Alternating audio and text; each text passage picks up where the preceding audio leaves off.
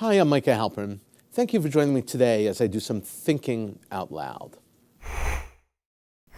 Our first segment is called Background Briefing. The first thing I've been thinking about is Michelle Obama went on a solo trip to the Middle East. It was a diplomatic mistake. There were two stops on the First Lady's trip, Qatar and Jordan. The Jordanian leg of the trip isn't problematic, but Qatar, oy vey, as my bubby would say. Going to Qatar was a serious mistake, not because of the agenda, simply and plainly because the country in which Ms. Obama went cannot be trusted. They support terror while playing footsie with the West, especially the United States. In Doha, Qatar, the First Lady spoke about women's education. It's a worthy initiative, and it is a subject that she has been passionate about. The subject that she spoke about was Let Girls Learn. And Obama delivered her address at the World Innovation Summit for Education. While in Qatar, the First Lady also visited the United States Air Force Base there. The Al Udeid U.S. Air Force Base is one of the most important bases in dealing with launching fighters against ISIS and Al-Qaeda in the region. And this leads to a basic problem. Qatar, on the one hand, is a main sponsor of ISIS and Al-Qaeda activity, having outstripped Saudi Arabia, who has pulled back.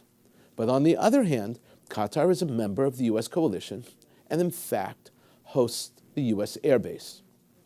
Qatar, if it hasn't become apparent yet, does what it wants, when it wants, and very often says one thing to the West and then turns around and does exactly the opposite back home. While in Germany recently, Emir al-Thani, the leader of Qatar, swore that Qatar would never support terror, and yet in Doha, his government and media regularly endorse terror, specifically murdering Jews and destroying the United States. As if that's not enough, preachers preach from the largest mosque in the capital city, the Grand Mosque, which he himself sponsors.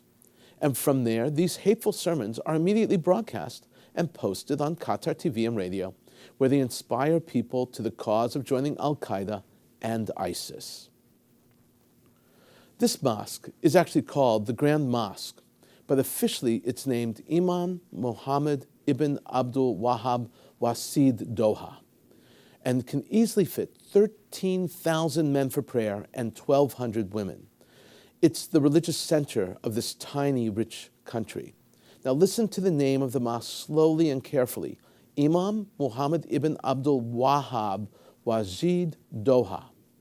It was renamed in 2011 when the structure was renovated. It was renamed after Wahhab, the founder of Wahhabi. That is the very strict and very fanatical branch of Sunni Islam that stimulated Al-Qaeda and continues to be the essential backbone of the radical Islam and ISIS movements. We normally associate Wahhabi with Saudi Arabia, but it is the official form of Islam also in Qatar. And that is why this trip by the First Lady is such a problem. Many of the preachers who speak at the Grand Mosque are on the blacklist of both the United States and the United Nations.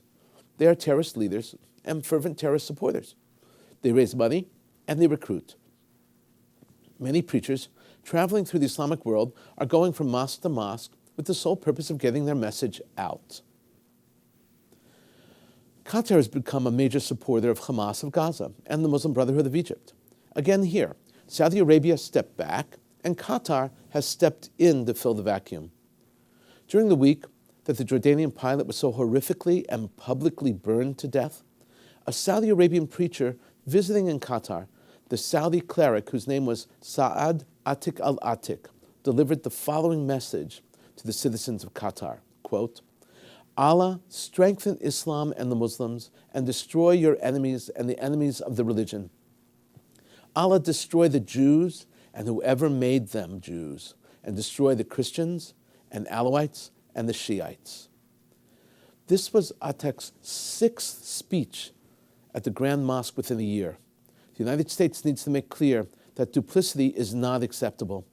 The United States should not attempt to play nice with Qatar, and the presence of the First Lady and her attendance at this conference does just that.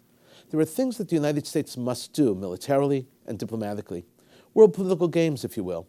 But the First Lady, Michelle Obama, is not and should not be one of the players in that game. And her visiting Qatar is seen as a reward, and that is a problem.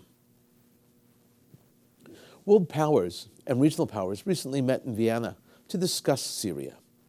Included in this group was Iran. Iran is undoubtedly one of the most important factors influencing Syria and the conflict there. They have major numbers of boots on the ground. They are supplying and support Assad and his forces with weapons, tactics, and advice. Iran was very displeased with the process in Vienna. They felt that Saudi Arabia was being too negative.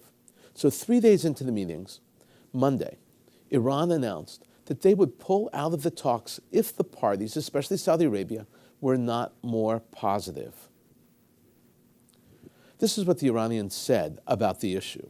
Quote, "In the first round of talks, some countries, especially Saudi Arabia, played a negative and unconstructive role. Iran will not participate if the talks are not fruitful." This was announced by the Deputy Foreign Minister, Hussein Amir Abdollahian. This announcement was actually carried in the Islamic State News Agency, the ISNA, which is an official outlet of the Islamic Republic. Tensions between Iran and Saudi Arabia are centuries old. They play out most dramatically in Syria right now, and we see them in diplomatic arenas, such as in Vienna, but they also play out almost everywhere in the Middle East. You see, Saudi Arabia represents the Sunnis. Iran represents the Shiites. This is how the lines are drawn across the Middle East. Coming up next, points of view. Here's what some important voices have been talking about. I will discuss 2 columns today, one from the Miami Herald and one from the New York Times.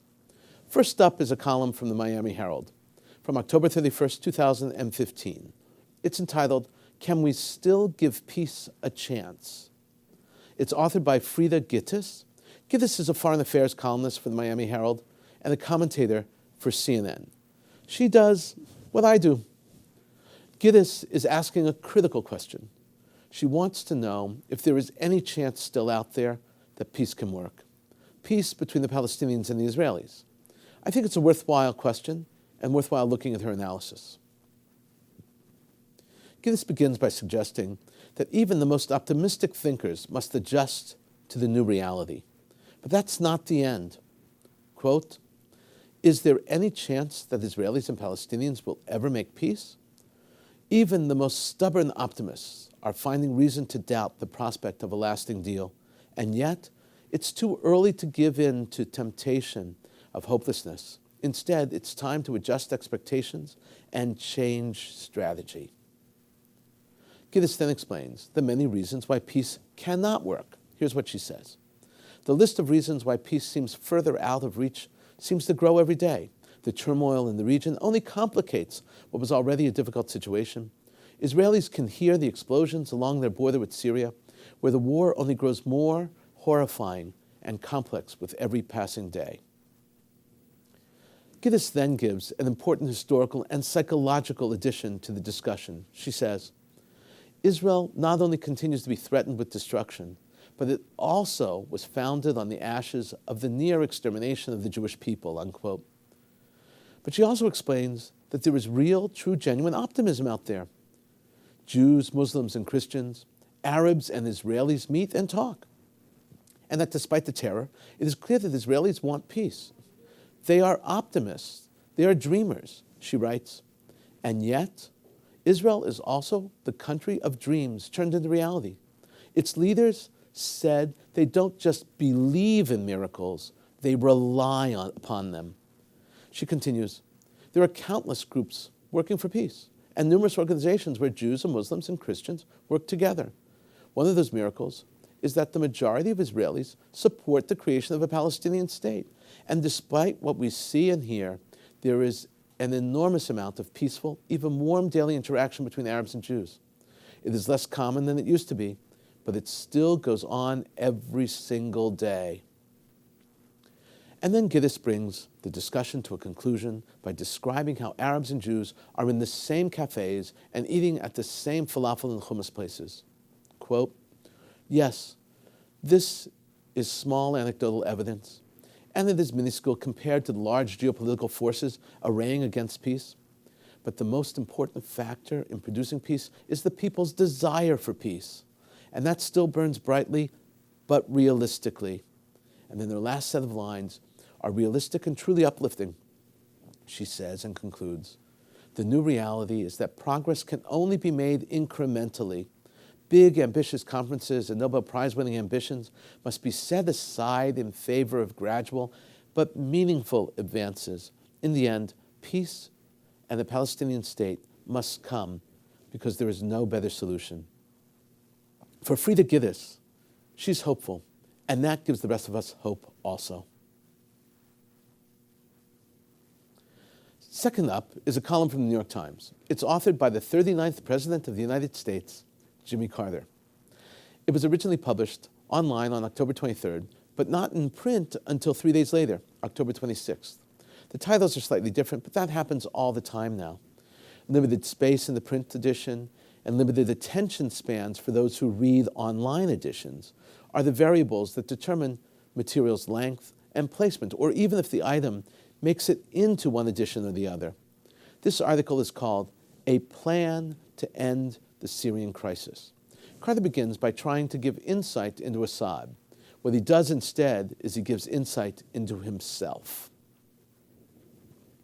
He writes, I have known Bashar al-Assad, the president of Syria, since he was a college student in London, and have spent many hours negotiating with him since he has been in office. This has been often at the request of the United States government during those many times when our ambassadors have been withdrawn from Damascus because of diplomatic disputes. And then Carter describes Assad and his father. The most essential point, that Assad does not take advice, at least not in public, and that he is extremely stubborn. Here's how Carter puts it. Bashar and his father Hafez had a policy of not speaking to anyone at the American embassy during those periods of estrangement, but they would talk to me. I noticed that Bashar never referred to a subordinate for advice or information. His most persistent characteristic was stubbornness. It was almost psychologically impossible for him to change his mind, and certainly not when under pressure. Carter maintains that Iran and Russia are essential players in getting Syria to conform to any agreement.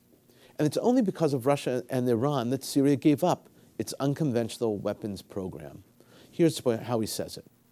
Quote, the involvement of Russia and Iran is essential. Mr. Assad's only concession in 4 years of war was giving up chemical weapons, and he did so only under pressure from Russia and Iran. Similarly, he will not end the war by accepting concessions imposed by the West, but is likely to do so if urged by his allies. And now Carter concludes.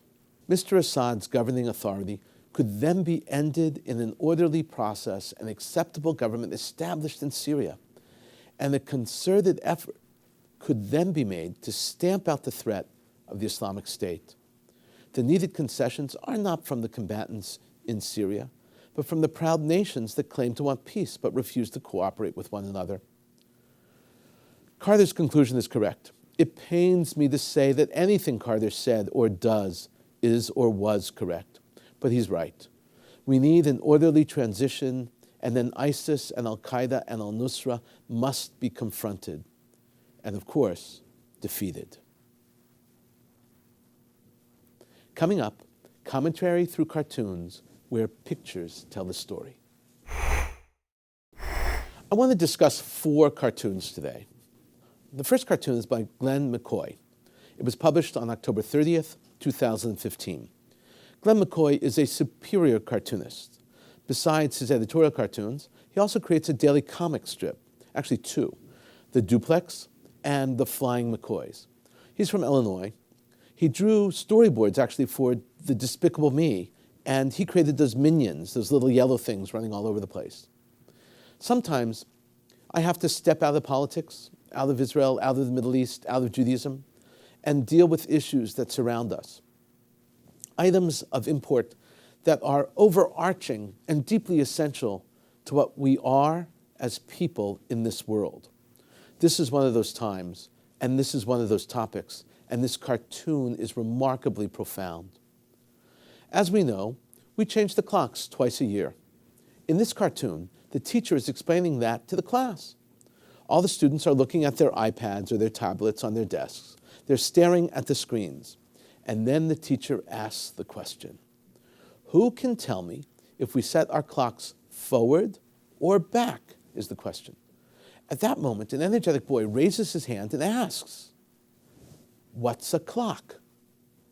This cartoon attacks one of the classic issues that the new generation confronts. They have great technological and technical computer aptitude, but they are seriously deficient in fundamentals. These elements are actually basics of our lives. They are part of building blocks of education, and they're missing it.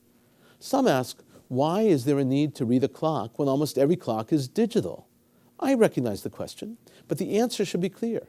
The answer is, we are raising a generation that is simply and does not know the nomenclature, the words which pertain to basic material. McCoy is giving us insight into our future, and thankfully, these kids will never have to change a clock because all of their clocks will change automatically. The second cartoon is by Milt Prigge. It was published October 15th, 2015. Prigge is a conservative cartoonist. This cartoon particularly depicts Uncle Sam walking through a cemetery. The name of the cemetery is called Foreign Diplomacy. Uncle Sam is frightened, and he is tiptoeing all around and through the path.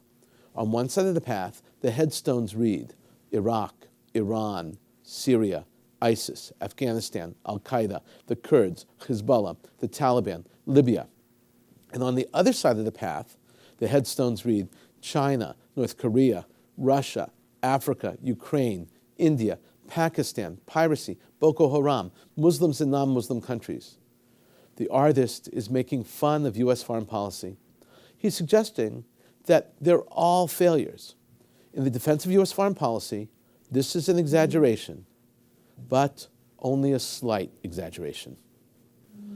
The next cartoon is in Spanish and was published on October 30th, 2015. And the artist is Arcadio Esquivel. He was born and works in Costa Rica, actually trained in Spain. In the cartoon, the dove of peace is wounded. The dove is on crutches with bandages. In one talon or claw is wrapped and totally wounded, but it's labeled violence. Its tail is damaged, and the bandage reads Syria. The chest has two wounds which say ISIS and Iraq. The olive branch in the dove's mouth is mangled. Most importantly, in the dove's wing, the dove is waving a white flag, calling for truce. The dove of peace just can't take it anymore. The final cartoon is by Yaakov Kirshen. It is a dry bones cartoon. Dry bones has been a feature in our lives for decades. Kirshen was born in Brooklyn in 1938. Made Aliyah in 1971. Kirshen changed his name from Jerry to Yaakov. He started Dry Bones in 1973 for the Jerusalem Post. The name of this cartoon strip is actually taken from the prophet Ezekiel from chapter 37, that very, very famous section called the Valley of Dry Bones. I remember the first time I met Yaakov Kirshen. It was in Jerusalem in 1979. He was and is very tall, and he drove a car, like all cars in Israel at the time, which was very, very small. He could barely fit into it. While seated in the driver's seat, he had to bend his head down to see out the window. This cartoon is called Palestinian Violence. It was published October 20th, 2015. There are 4 panels of the dialogue between 2 people. They're in the conversation and trying to understand the difference between optimists, pessimists, and realists. The first panel reads, the optimist figure that Abbas won't stop the ongoing orgy of Palestinian violence. The next panel has a person saying, while the pessimist figure that Abbas can't stop it. The third frame has the second guy chiming in asking, so what do the realists figure? And then the final frame has the person answering, the realists figure that Israel will get blamed for it. This is, of course, perfectly Yaakov Kirshen. It shows the absurdity of the reality, because we all know that, yes, it doesn't matter what's going on, Israel will get blamed for it. In a moment, my own perspective and a few predictions. ISIS has released a second video in Hebrew. ISIS. The video began with the message, "This is an important announcement to all Jews." The speaker, in green fatigues, spoke Hebrew with an Arabic accent. He was very clear about what he had to say. This is his message. Listen. My message to the officers and the soldiers and all the Jews: we will fight you with God's help. We will come for you from across the world, and we will slaughter you like sheep. Prepare for the big war, the war of stone and wood. This attack will be soon. He then continued, we will enter Al-Aqsa Mosque as conquerors, using our cars as bombs to strike the Jewish ramparts. Do what you will in the meantime until we reach you. Then we will punish you 10 times for the crimes. Soon, there will not be a single Jew in Jerusalem. We will kill every Jew in Jerusalem and all of Palestine. The first video was much shorter than this. It ran about 43 seconds and was less detailed. This video, the second one, was more than 3 times as long, running 2 minutes and 3 seconds. ISIS is not climbing over Iraq into Israel. Neither are they coming from Syria, as the speaker says and promises. The video is, however, building on fears of the ISIS phenomenon. ISIS knows that people fear them. They wanted to make sure that Israel fears them too. This is also a recruitment video. Do you know what COPUS is? I didn't know what COPUS was. It's a UN committee. It actually stands for the Committee on Peaceful Uses of Outer Space. There are 139 states on the committee, and Israel was just allowed entry. The entry is usually granted by way of general consensus. Everyone says aye. But in this case, the case of Israel, Syria forced a vote. The vote was pretty convincing, especially considering that it was a UN vote. 117 voted in favor. 1 opposed it, 21 abstentions. Most of the abstentions were the Muslim countries. There is no doubt that Israel can add a tremendous amount to this committee on space.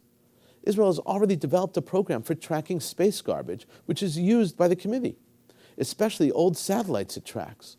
Israel has been involved in space for 30 years. According to some sources, Israel will soon launch its Amos 6 satellite. We're told that the Amos 6 has remarkable upgrades and will be able and actually be a huge addition to the communications world. The US and Israel also recently signed a 10-year space cooperation deal. This will allow Israel to be involved in the United States' journey to Mars, one of the hottest space projects on the US horizon.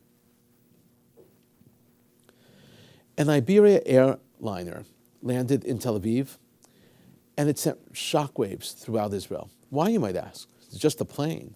Here's why. As they were landing, the captain came on the loudspeaker, as is customary, and made his announcements. The captain announced that in a few minutes they would be landing at Ben Gurion Airport. They would, he said, be touching down in Palestine. The announcement was made both in Spanish and English.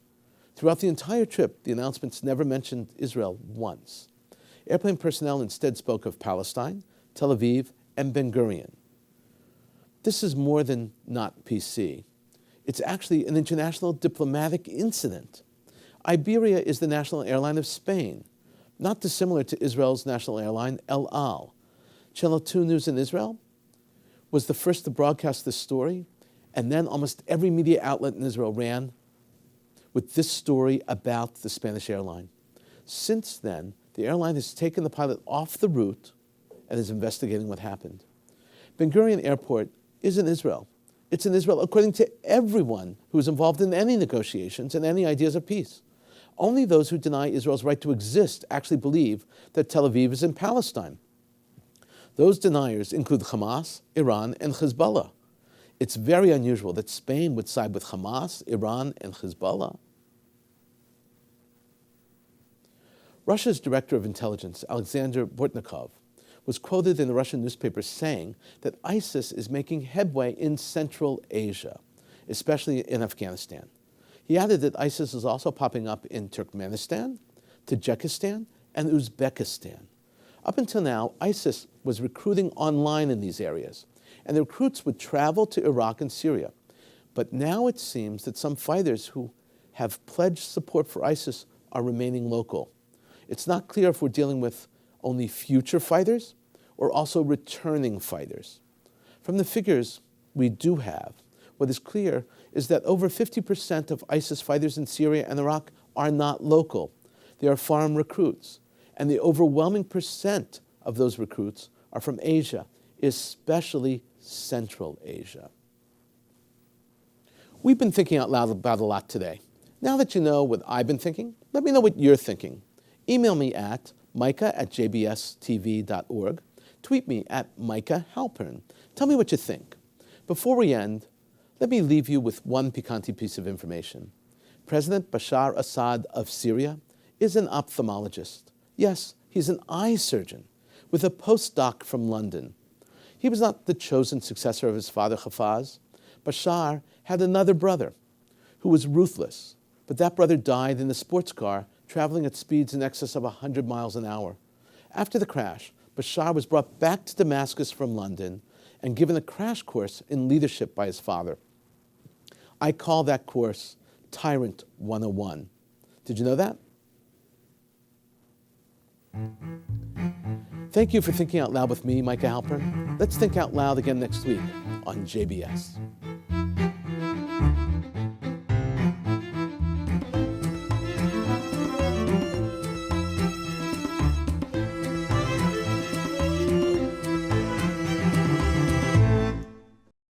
We would be pleased to send a complimentary DVD of this program to anyone who wishes to support JBS, the Jewish Broadcasting Service, with a tax-deductible gift of $36, double chai or more, to the nonprofit organization Jewish Education in Media.